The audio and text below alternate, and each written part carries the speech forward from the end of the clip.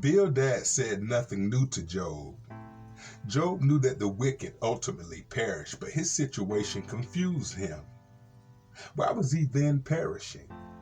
Job didn't think his life warranted such suffering, so he wanted his case presented before God. He recognized, however, that arguing with God would be futile and unproductive.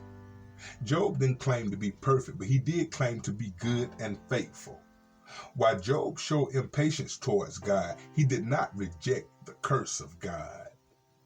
Welcome back to the program, everybody. I'm Reverend Said, and today we're going to be reading Job chapter 9, verse 1 through 35, and Job chapter 10, verse 1 through 22. Job frames his plea to God.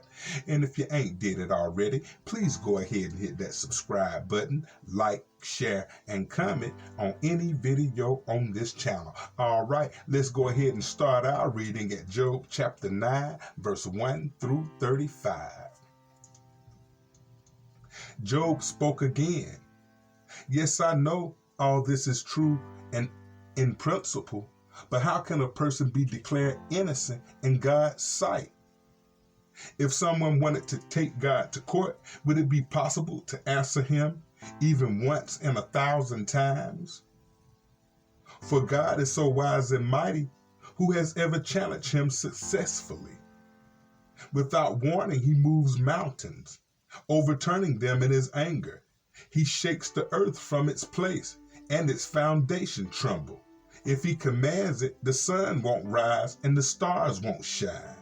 He alone has spread out the heavens and marches on the waves of the sea. He made all the stars, the Bear, the Orion, and the Pleiades, and the constellations of the southern sky. He does great things too marvelous to understand. He performs countless miracles. Yet when he comes near, I cannot see him. When he moves by, I do not see him go. If he snatches someone in death, who can stop him? Who dares to ask, what are you doing? And God does not restrain his anger. Even the monsters of the sea are crushed beneath his feet.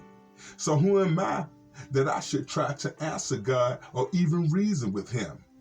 Even if I were right, I would have no defense. I could only plead for mercy. And even if I summoned him and he responded, I'm not sure he would listen to me. For he attacks me with a storm and repeatedly wounds me without cause. He will not let me catch my breath, but fills me instead with bitterness and sorrows. If it's a question of strength, he is the strong one. If it's a matter of justice, who dares summon him to court? Though I am innocent, my own mouth would pronounce me guilty. Though I am blameless, it would prove me wicked. I am innocent, but it makes no difference to me. I despise my life. Innocent or wicked, it's all the same to God. That's why I say he destroys both the blameless and the wicked. When a plague sweeps through, he laughs at the death of the innocent. The whole earth is in the hands of the wicked, and God blinds the eyes of the judges. If he's not the one who does it, who is? My life passes more swiftly than a runner. It flees without any glimpse of happiness. It disappears like a swift papyrus boat, like an eagle swooping down on its prey. If I decide to forget my complaints, to put away my sad face and be cheerful, it will still dread all the pain. For I know you will not find me innocent, O God. Whatever happens, I will be found guilty. So what is the use of trying? Even if I were to wash myself with soap and cleanse my hand with lye, you would plunge me into a muddy ditch, and my own filthy clothing would hate me. God is not a mortal like me, so I cannot argue with him or take him to trial. If only there were a mediator between us, someone who could bring us together, the mediator could make God stop beating me, and I would no longer live in terror of his punishment.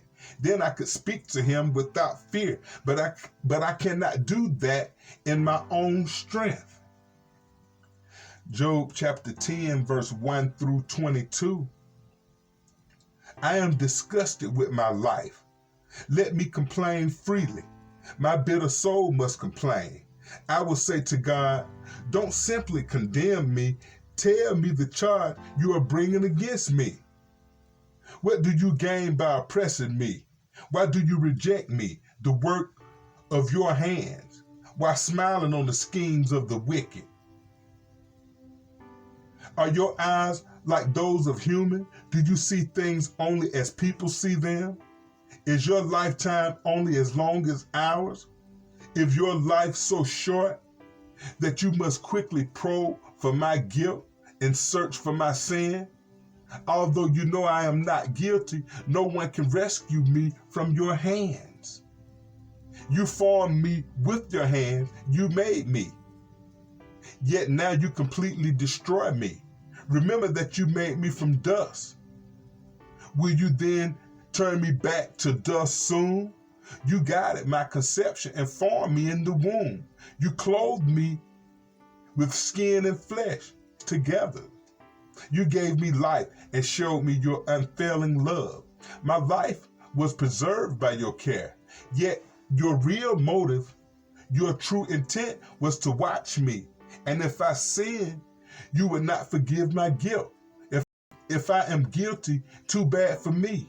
And even if I'm innocent, I can't hold my head high because I am filled with shame and misery. And if I hold my head high, you hurt me like a lie, and you display your awesome power against me. Again and again, you witness against me. You pour out your growing anger on me and bring fresh armies against me. Why then did you deliver me from my mother's womb? Why didn't you let me die at birth? It would be as though I was never existed, going directly from the womb to the grave. I have only a few days left, so leave me alone, that I may have a moment of comfort before I leave and never return for the land of the darkness and utter gloom. It is the land as dark as midnight, a land of gloom and confusion, where even the light is dark as midnight. Though I am innocent, my own mouth would pronounce me guilty. Job was saying, in effect, in spite of my good life, God is determined to condemn me. As his suffering continued, he became more impatient. Although Job remained loyal to God, he made statements he would later regret. In times of extended sickness or prolonged pain, it is natural for people to doubt, to despair, or to become impatient. During those times, people need someone to listen and to help them work through their feelings and frustrations. Your patience with their impatience will help them. All right, everybody, that's going to wrap up our program for today. But please join me on the next episode where we'll jump into Job chapter 11, verse 1 through 20, Zophar's first response to Job. It's been great having y'all, and stay blessed.